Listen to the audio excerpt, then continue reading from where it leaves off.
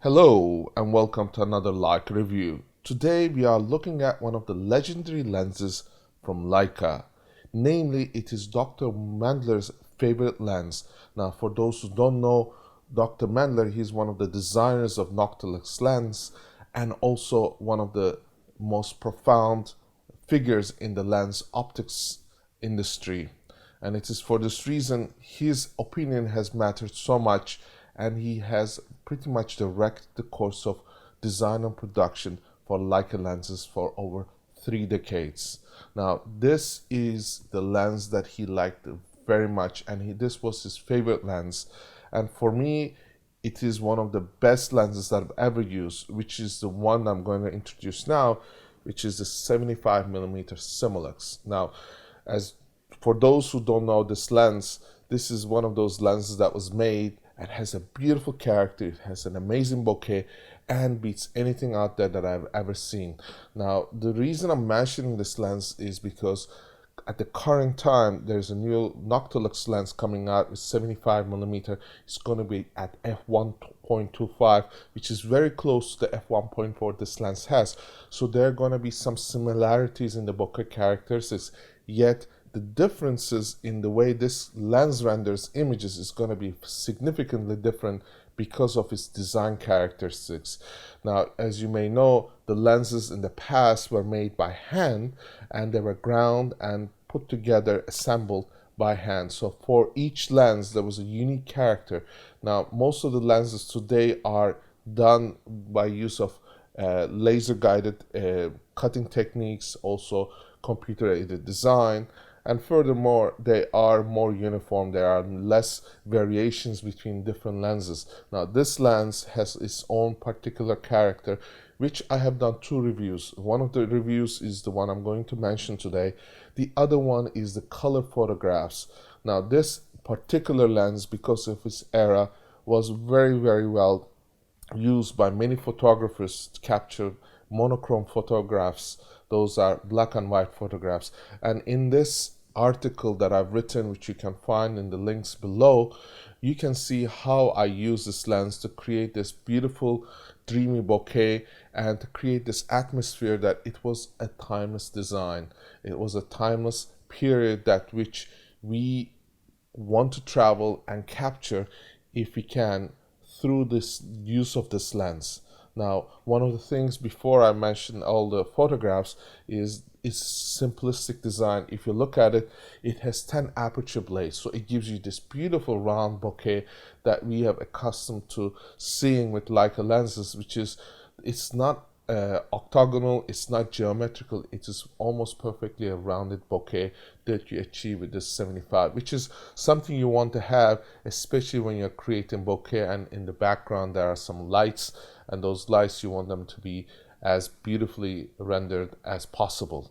Now, second thing I want to mention is this is a hefty lens. This weighs 560 grams. It's going to be a little bit front heavy if you are using some lenses like on some cameras like the Leica M10 or the Leica M240, because the body and this kind of has to balance out. It protrudes a little bit longer than for example a Noctilux, but it is a very well balanced lens compared to, for example, some of the longer lenses like the 135mm. So I like this compact design. It delivers incredible performance, and more importantly, it's made out of metal. It's none of these plasticky flimsy stuff that we find in a lot of the DSLR type of cameras. So it is one of those reasons I love this. Of course, you're not going to get autofocus because it's a manual lens, yet if you are able to dial in those apertures at f2, f1.4, even f2.4, you're going to get these beautiful bokehs, and this is what it renders. This is the thing that makes this lens so unique. Beyond that, I want to mention something else, which is this lens has got 7 elements in 5 groups. What that means is that it's a simpler design than most lenses we have today, and that means that there is less correction that is being processed, so you're not going to get those almost everything perfect look. There is a character to this lens, which is what makes it unique. And it is for this reason I really love this lens. I could say it it is my favorite lens. So without further ado, let's look at the photographs and discuss what it can do and what it has done. Now, first things first, I'd like you to look at this photograph.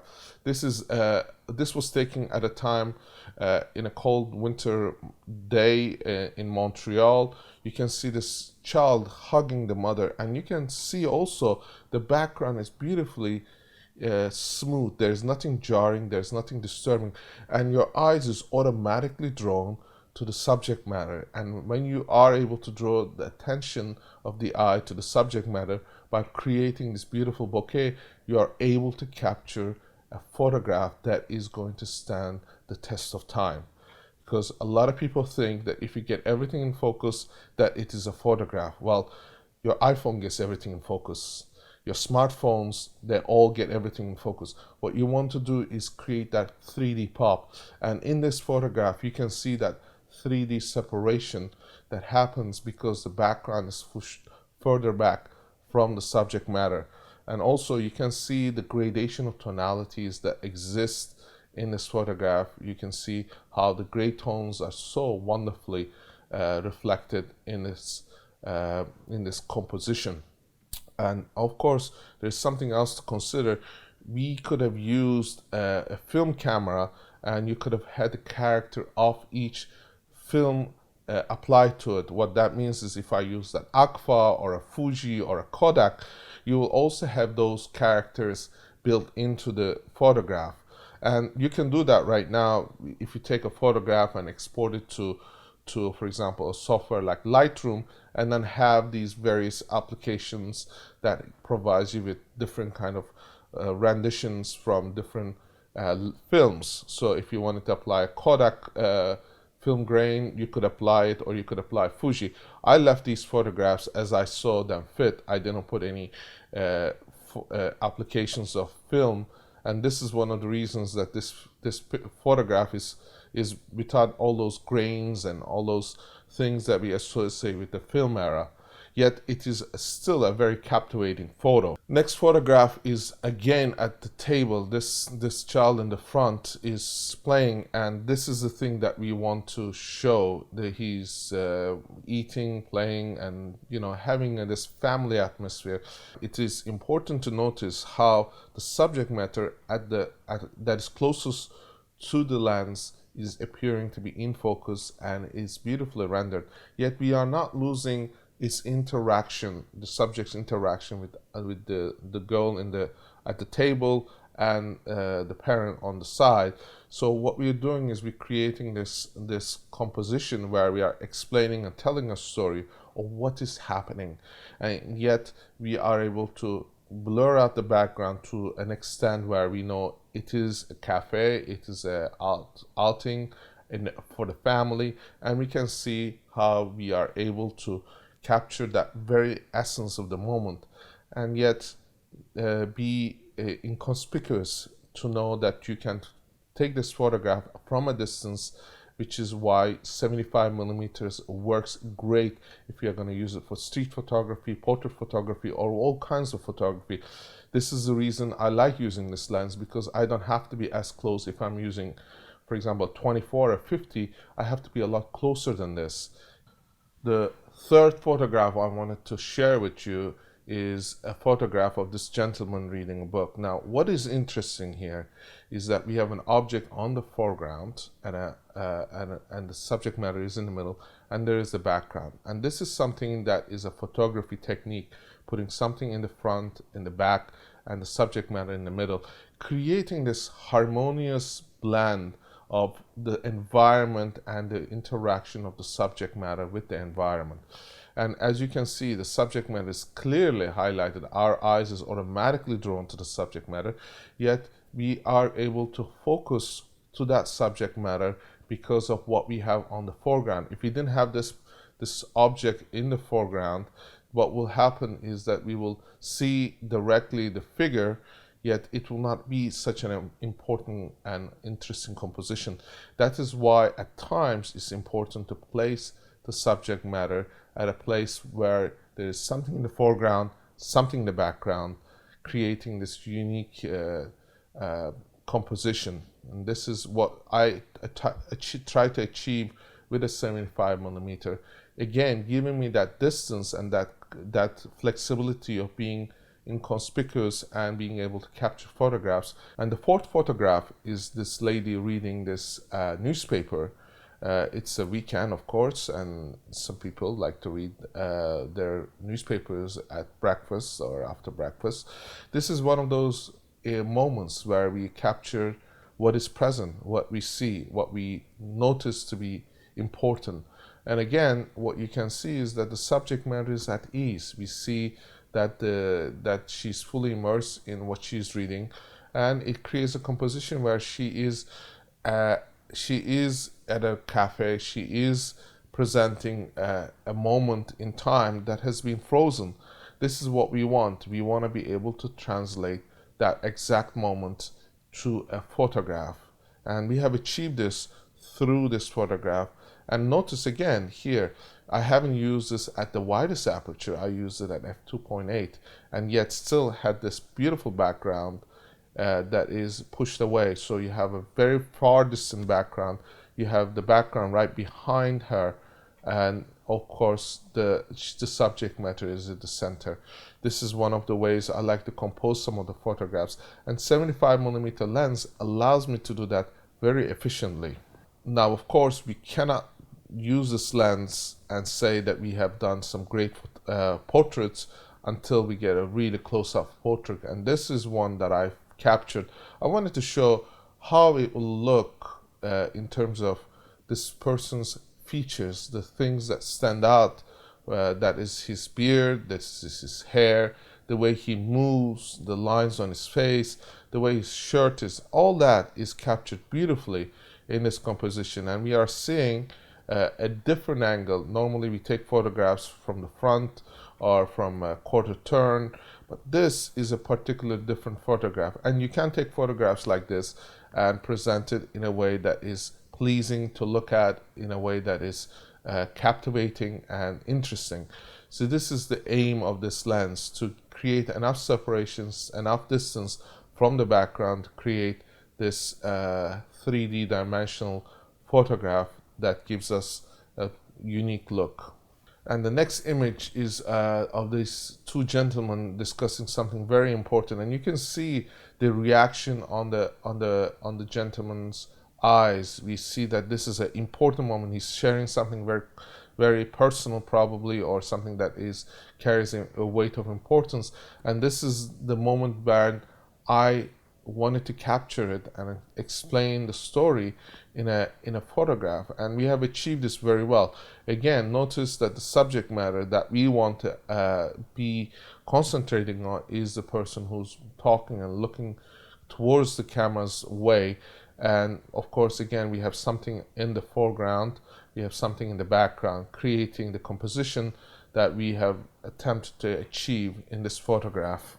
Again, this photograph is these people that are lost in their moment. One of them is checking the phone, the other person is reading. I wanted to put the person with the phone in the photograph to make a note of how this is a moment where everybody is lost in their own little world, and in a way to tell that we are less communicative today than we were, let's say, 20-30 years ago, because we have a distraction which we can use smartphones or other devices to divert our attention, even though we are with the company of other people. And again, here what we are seeing is a composition that we are conveying a message, a storytelling. And again, notice the background. The background is very smooth, very detail oriented, yet it is not in focus. That's why we have this separation. This is what we want to achieve, to know that this is happening in an environment that's outdoors, probably a public cafe, and what we want our eyes to be drawn is the subject matter. What are they doing? That's the question. And if you are able to draw the attention to that subject matter and have that person be the center of attention, and have this question at what are they doing, you're achieving your aim. You're achieving the aim through the visual content you are providing. and that is one of the keys to achieving great look. And this is why we use lenses like the 75mm or the Noctilux, because we are able to separate the subject matter from the background. A lot of people have asked me about, buying Noctilux lenses and, whether it's worthwhile to invest in a 75mm. Well, 75mm is a very unique focal length, and it's a focal length that I love to use. It's great and very versatile if you're doing portraits and as well as capturing moments, still life photography. And it is a lens that I like to use. Now, the modern lenses have a different look that is very crisp, very accurate, very beautiful. The older lenses have their own unique character. Now, if you like the older look and you want to go in that direction, well, Summilux is a great option. You're not going to see that much of a difference between 1.25 and 1.4 if you put them side by side. They're almost going to look identical in terms of the amount of bouquet that they create. Of course, the modern lenses, because of the way they are designed, may have a more of a cutout look that happens because of its newer design and how the lens is designed to give a more accurate, more sharper image. But what I do like is the way that the photographs with the older lenses transition from the in focus to out of focus area. It has a more of a dreamy look rather than sharp, contrasty image where everything is in focus and then there is the background creating that 3D. That's what happens with the modern lenses. But the older lenses, there is a smoother transition. What happens in that case is you're getting a dreamy look, which is something that some people like. I like the dreamy look because photographs are a visual representation. They are not of reality. Reality is our interpretation we place on what's happening. And photographs often are a depiction of that reality.